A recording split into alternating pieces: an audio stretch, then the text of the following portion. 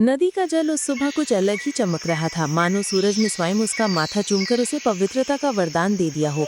सरयू की धाराओं में उठती हौली हौली लहरें जैसे किसी दिव्य आगमन का संकेत कर रही थी। हवा में पुष्पों की सुगंध घुल चुकी थी। वनों में खिले अशोक, पलाश, कदम्ब और चमेली के फूल अयोध्या की धरती को मानो स्वर्ग जैसा बना रहे थे। अयोध्या कोसल का मुकुटमणि, एक ऐसी नगरी जिसकी परंपराएं सिर्फ इमारतों में नहीं बल्कि लोगों की हृदयों में बसती थी। राजा दशरथ का राज्य शांतिपूर्ण, समृद्ध, सांस्कृतिक और वेद पुराणों की जीवित भूमि। परंतु इस समृद्धि और आनंद के बीच एक गहरी पीड़ादायक कमी थी। राजा दशरथ के महल में बच्चों की किलकारी नहीं थी। ये कमी केवल राजा की नहीं, पूरी अयोध्या की थी। हर नागरिक प्रार्थना करता, हमारे राजा का वंश आगे बढ़े, अयोध्या वारिस से चमके। लेकिन समय अपने मौन में स्थिर था। राजमहल के विशाल प्रांगण में उस दिन शांति पसरी थी। पक्षियों की चहचहाट तो थी, लेकिन राजमहल का वातावरण गंभीर था। राजा दशरथ अपने राज सिंहासन पर नहीं बल्कि राज्य के भंगम बाग में बैठे थे, सरयू की ओर देखते हुए। उनका मुख गंभीर था, एक ऐसा योद्धा जिसने युगों तक शत्रुओं को परास्त किया, जिसकी तलवार पर आकाश भी गर्व करता था। वे आज अपने ही भीतर से पराजित महसूस कर रहे थे। उनकी आंखों में एक ही वेदना तैर रही थी, मेरी वंश परंपरा, मेरी अयोध्या, मेरे बाद कौन। तभी पीछे से कोमल पदध्वनि सुनाई दी। रानी कौसल्या थी, शांत, संयमी और ममतामयी। स्वामी, आज आप फिर अकेले बैठकर क्यों व्यथित हो रहे हैं? उन्होंने स्नेह भरी आवाज में पूछा। दशरथ ने कहा, कौसल्या, तुम्हें पता है ये राज्य मेरा सब कुछ है, लेकिन बिना उत्तराधिकारी के ये वैभव मुझे अधूरा लगता है। मेरी आयु निकल रही है, परंतु संतान की छाया आज भी मेरे सिर पर नहीं है। कौसल्या चुप थी, उनकी आंखें भी नम हो उठी थी। रानी कैकेयी और सुमित्रा भी आ पहुंची। तीनों रानियां अपने अपने देवताओं से अपनी अपनी संध्या में केवल यही मांगती थीं कि हमारी कोख में एक दिव्य बालक आए, लेकिन प्रार्थनाएं मानो धूल में धुंधली हो रही थीं। उसी दिन महल में राजगुरु ऋषि वशिष्ठ पहुंचे। दशरथ ने सिर झुकाकर उनका अभिवादन किया। राजन, मैं आपके मन का बोध जानता हूँ, लेकिन इसका उपाय भी है। दशरथ की आंखें चमकी। गुरुदेव, उपाय कहिए। ऋषि ने गंभीर स्वर में कहा, समय आ गया है कि आप पुत्रेष्टि यज्ञ करें। ये यज्ञ वह शक्ति रखता है कि स्वयं देवता इसमें सम्मिलित हो जाते हैं और पुत्र प्राप्ति का वरदान देते हैं। क्या यह संभव है? दशरथ की आवाज आशा से भरी थी। हाँ, लेकिन यज्ञ का संचालन महान ऋषि श्रृंग ही कर सकते हैं। जब वे आएंगे तो यज्ञ सफल होगा और आपको ऐसे पुत्र प्राप्त होंगे जो केवल आपका नहीं, इस संपूर्ण जगत का कल्याण करेंगे। दशरथ भावुक हो उठे। उन्होंने प्रथम बार हृदय में आशा की किरण महसूस की। ऋषि श्रृंग को यज्ञ के लिए अयोध्या बुलाया गया। उनके आगमन से मानो धरा पवित्र हो उठी। उनके चरण पड़ते ही सुगंधित पवन चली, आकाश में शंखनाद गूंजा। देवताओं ने मनोभाव से मुस्कुराए। यज्ञ वेदी सजाई गई। स्वर्ण के कलश, कुशा के आसन, अग्निकुंड में जलती पवित्र हविष। अयोध्या की जनता उमड़ पड़ी।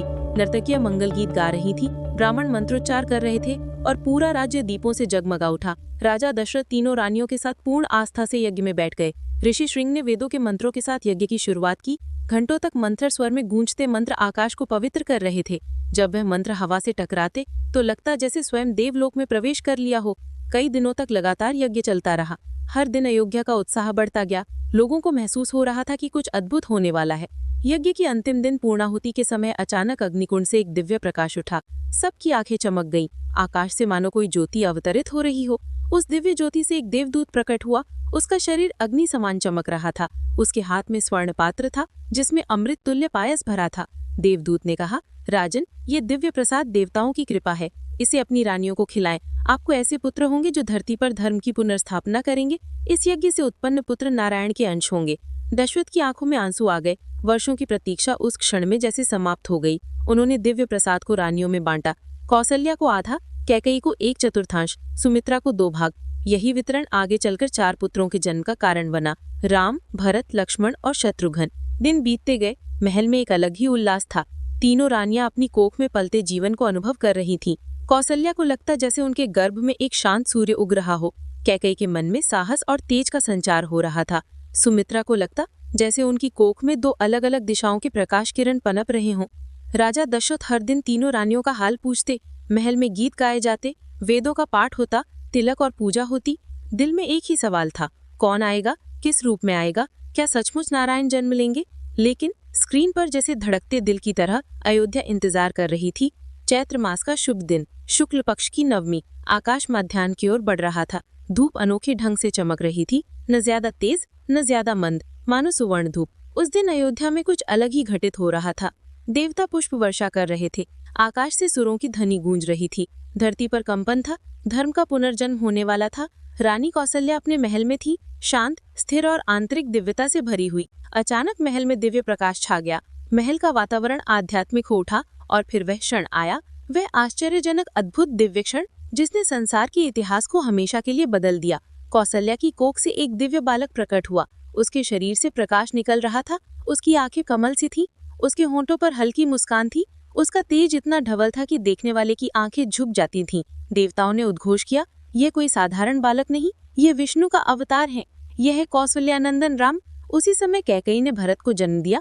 वीर, तेज और धैर्यशील, और सुमित्रा के गर्भ से 2 बालक, शांत स्वभावी शत्रुघ्न और वीर अदम्य प्रेमपूर्ण लक्ष्मण जन्मे।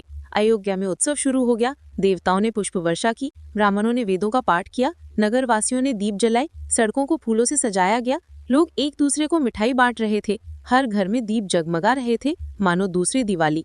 महल में रानी कौसल्या ने बालक राम को गोद में उठाया। राम का स्पर्श ऐसा था जैसे 100 चंद्रों का प्रकाश हृदय में उतर आया हो। दशरथ की आंखें नम हो गई। उन्होंने मन ही मन कहा, मेरे राम, मेरे प्राण, मेरे हृदय के प्रकाश, तुम्हारा स्वागत है।